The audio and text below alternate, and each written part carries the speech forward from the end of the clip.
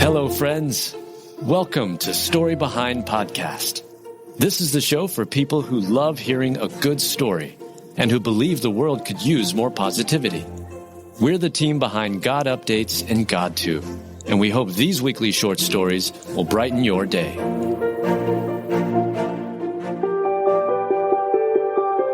He lost his wife, she lost her husband. Together, they found a new beginning.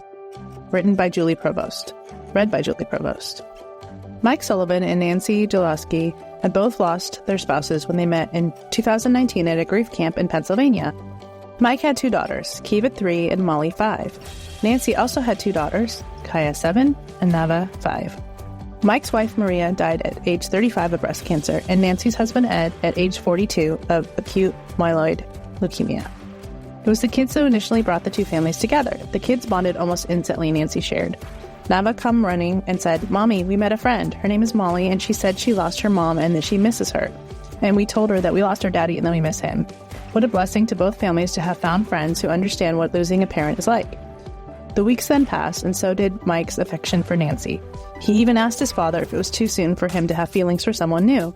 His father said, "Too soon? Says who?" And he's exactly right.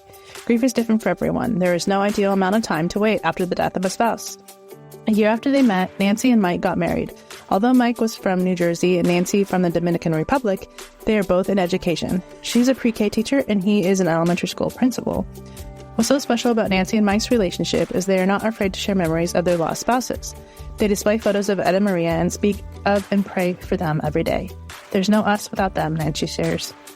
Kiva, who looks so much like Maria, even has a memorial of her mom in her room, including her favorite things. She also calls Nancy Mom, having room in her heart for both women. The couple has learned so much about going through grief, and they are sharing with others.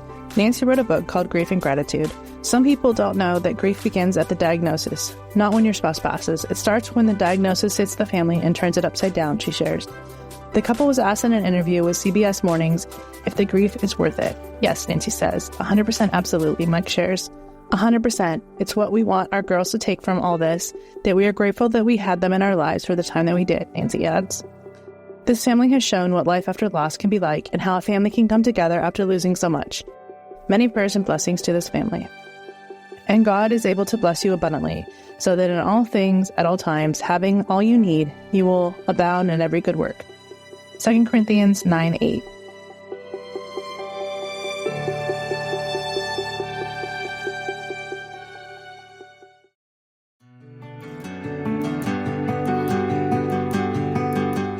Married 18 years, parents of 4 are both diagnosed with stage 4 cancer. Written by Michaela Gordoni, read by Julie Provost. One Alabama couple, Kevin and Wendy Wilson, were both diagnosed with stage 4 cancer in the same week. News comes as a blow. The parents of 4 who have been married 18 years say they have a lot of life left to live. Their kids think so too. Wendy isn't a stranger to cancer. She battled it since 2004 and even underwent a double mastectomy in 2017.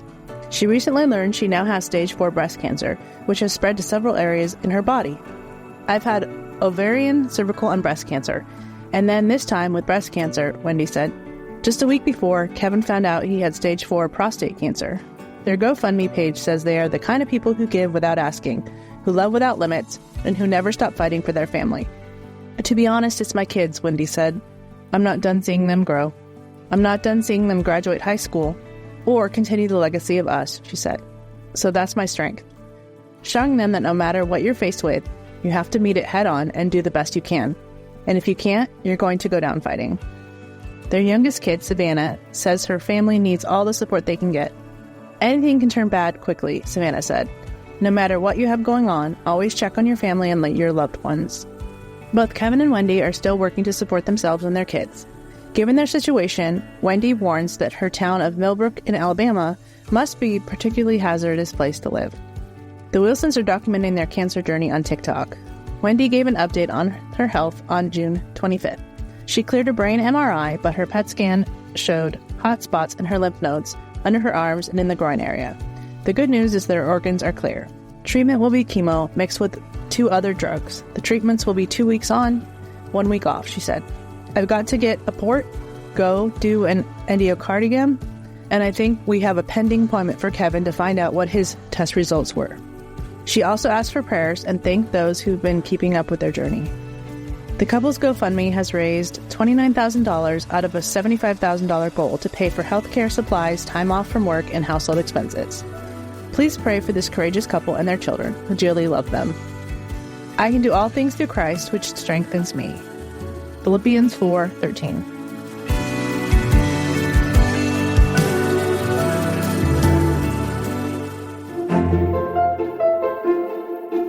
Thank you so much for listening to Story Behind Podcast. We're really glad you joined us for this week's story. To see photos and videos that may have been referenced in this episode, check out the links in the show notes. And if you enjoyed what you heard today, subscribe to our podcast, and please tell a friend about us. We'd also love it if you'd rate us and leave us a review. It really does help more people find us. Story Behind is a Salem Web Network production.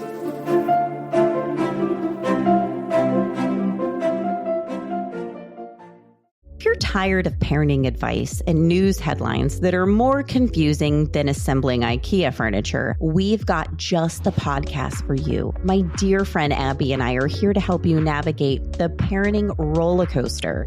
Should your kids be on social media? What should you tell a friend facing an unplanned pregnancy? These are just some of the many questions we tackle on our podcast. Subscribe to The Real Deal of Parenting wherever you find your podcast.